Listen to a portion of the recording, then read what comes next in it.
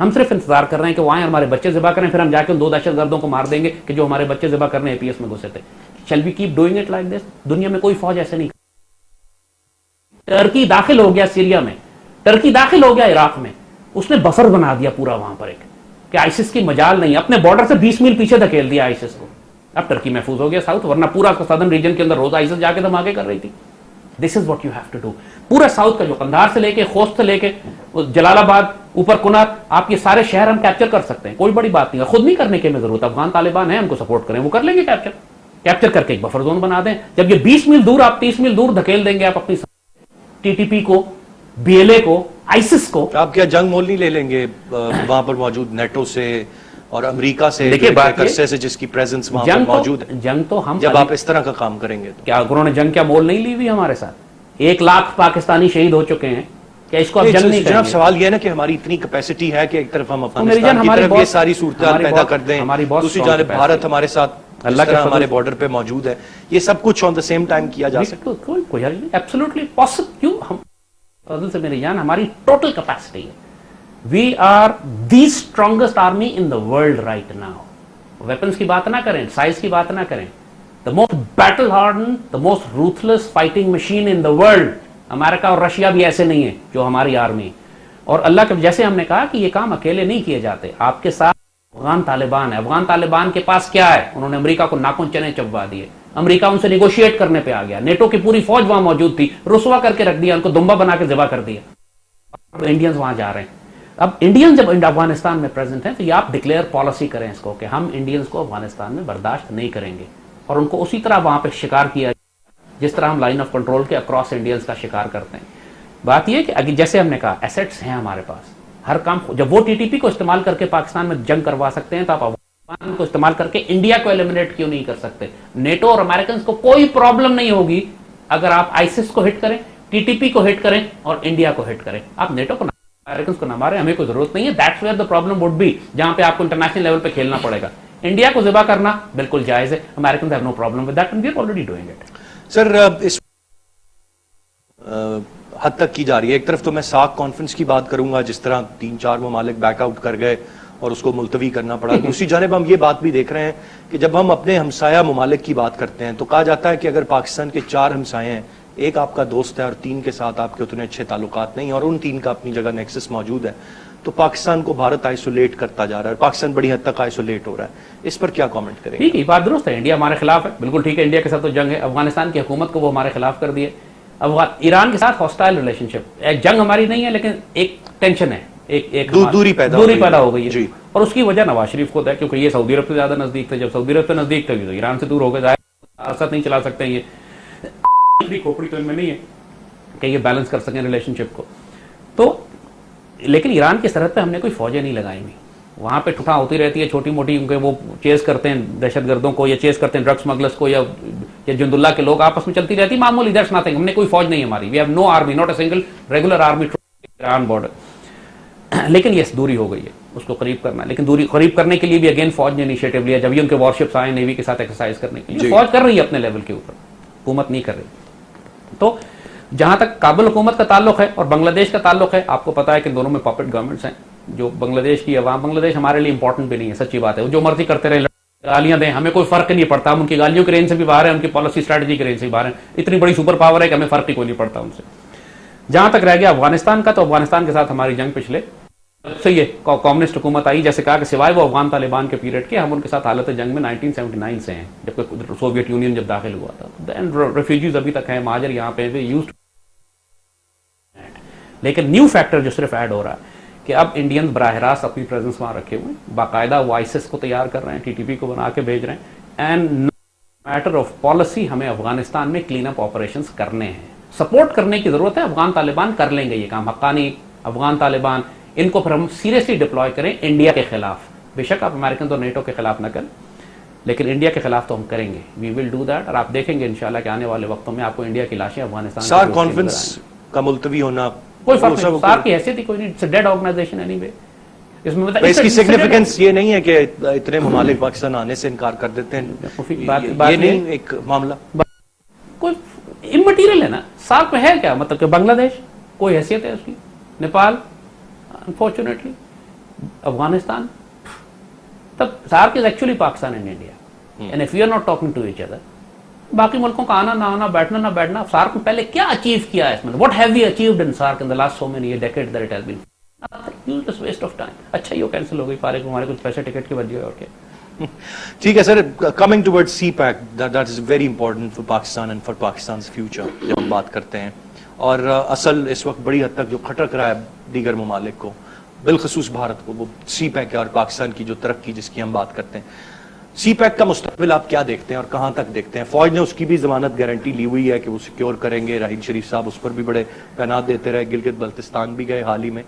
Do you think as long as یہ بھی فوج ایک سیکیور پروجیکٹ ہے اور اسی طرح ایگزیکیوٹ ہو سکے گا جس طرح ہم سوچتے ہیں یا دیکھ رہے ہیں؟ دیکھو سی پیک کا جہاں تک تعلق ہے نا, کہ یہ پاکستان عوامی نے تو ایک اسٹریٹجک ڈیسیشن اس لیا ہے کہ ہر قیمت پہ ہم اس کو بنائیں گے بھی, ہم اس کی حفاظت بھی کریں گے, اور یہ ایک پورے خطے کے لیے, آنے والی نسلوں کے لیے ایک ہمارا گیم چینجنگ ایک پروجیکٹ ہے.